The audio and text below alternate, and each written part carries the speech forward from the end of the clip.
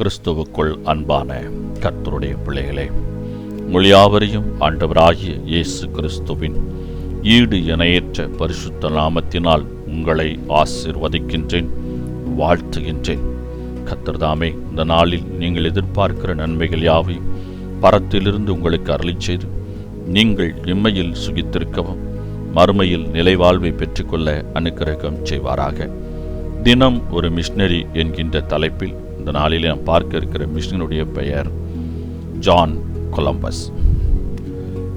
இவருடைய பிறப்பு 19ஆம் தேதி ஜூன் மாதம் 1866ஆம் ஆண்டு. இவருடைய இறப்பு 19ஆம் தேதி ஏப்ரல் மாதம் 1934ஆம் ஆண்டு. இவருடைய நாடு இங்கிலாந்து.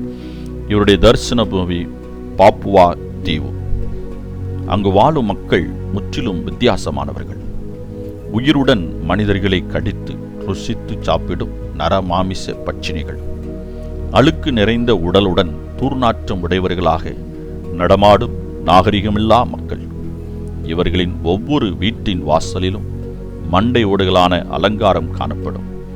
பல நூற்றாண்டுகளாகவே இம்மக்களுக்கு கிறிஸ்துவின் அன்பை அறிவிப்பதற்கு ஆட்கள் யாரும் செல்லவில்லை. அவ்விதம் சென்றவர்களில் சிலரும் தங்கள் நாடு திரும்பவில்லை. இம்மக்களை பற்றி கேள்விப்பட்டார் ஜான் கொலம்பஸ். காட்டுமிராண்டிகளாக வாழ்ந்த இந்த தீவு மக்களுக்கு கிறிஸ்துவின் அன்பை எடுத்துரைக்க தீவிரம் கொண்டார். எனவே லண்டன் மிஷனரி ஸ்தாபனத்தில் தன்னை இணைத்துக் கொண்டார். ஜேம்ஸ் சால்மாஸ் என்ற மிஷனருடன் இணைந்து பணி செய்ய தன் ஆவலை தெரிவித்தார். தன்னுடைய விருப்பம் நிறைவேற்றப்படவே அதிக மகிழ்ச்சியுடன் கையில் ஒரு பழைய பெட்டியுடன் ஆஸ்திரேலியாவுக்கு கப்பலில் பயணமானார். வியாழன் என்ற தீவு. கப்பல் வந்து நின்றது. ஜேம்ஸ் என்ற மிஷனரி ஜானை எதிர்நோக்கி நின்றார். அவரை தனது சிறிய கப்பலில் ஏற்றிக்கொண்டு பப்புவா தீவுக்கு சென்றார். மக்களின் நிலையை கண்ட ஜான் ஒரு நொடி பொழுது கதி கலங்கினார். உடலிலே துணிகள் இல்லாமல் சகிக்கக்கூடாத துர்நாற்றம் மிக்கவர்களாக நின்று கொண்டிருந்தனர் இந்த மக்கள். முதலில் அவர்கள் மொழியை கற்றுக்கொண்ட இவர் அவர்களுடன் நட்புடன் பழக ஆரம்பித்தார். மக்களின் மூட நம்பிக்கைகளின் நிமித்தம் ஏற்பட்ட சண்டைகளினால் பல மனிதர்கள் கொல்லப்பட்ட போது அவர்களிடம் சமரசத்தை ஏற்படுத்தி அமைதியை நிலைநாட்டினார். பள்ளிக்கூடங்களையும் வீடுகளையும் கட்டினார். வேதாகமத்தை அவர்கள் மொழியிலே வாசிப்பதற்கு உதவினார். இதனால் பப்புவா தீவின் மக்களின் வாழ்க்கை தரம் மாறியது. காட்டுமிராண்டிகளாக வாழ்ந்தவர்கள் கிறிஸ்துவின் மனிதர்களாக மாறினார்கள். அன்பானவர்களே, ஆண்டவரின் அழைப்பிற்கு அடிவணிய ஆயத்தமா? இயேசுவோடு நாம் மகிமையடைய விரும்பினால் அவர் பருகிய கசப்பான கிண்ணத்திலிருந்து நாமும் பருக தயாராக இருக்க வேண்டும்.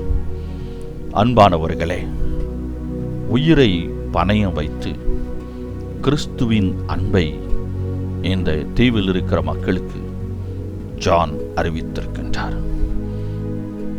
எவ்வளவு ஒரு பெரிய தியாகத்தை அவர் செய்திருக்கின்றார்.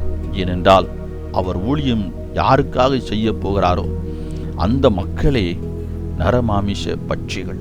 எந்த நேரத்திலும் அவர்கள் இவரை பட்சித்து விடலாம். ஆனால் அதை குறித்து துளியும் பயப்படாமல் கிறிஸ்து இயேசுவில் உறுதியான நம்பிக்கையும் விசுவாசமும் கொண்டு இந்த மக்களுடைய வாழ்வை மாற்றியிருக்கிறார் இந்த ஜான் கொலம்பஸ்.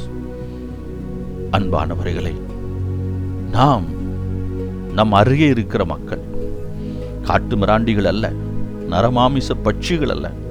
நம்மோடு அன்பாக பழகிறவர்கள், தினமும் நம்மோடு ஐக்கியமாக இருக்கிறவர்கள். அவர்கள் இயேசுவை அறிவதற்கு, இயேசுவின் அன்பை ருசிப்பதற்கு நாம் என்ன செய்கின்றோம்? நிச்சயமாக நாம் அருகில் சுற்றில் இருக்கிற மக்கள் இயேசுவின் அன்பை அறிய நாம் அதற்கு ஒரு பங்களிப்பை செலுத்த வேண்டும். அதற்கான பணிகளை நாம் துரிதமாக ஏறெடுக்க வேண்டும். இயேசுவின் அன்பு அது ஒன்றே போதும், இம்மையிலும் மறுமையிலும் நாம் சுகித்திருப்பதற்கு.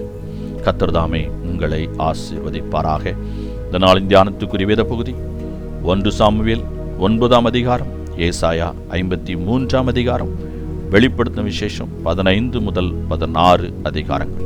இந்த வேத பகுதிகளை வாசித்து கர்த்தருடைய ஆசீர்வாதத்தை பெற்றுக்கொள்ளுங்கள். கர்த்தர் தாமே உங்களை ஆசீர்வதிப்பாராக. ஆமேன்.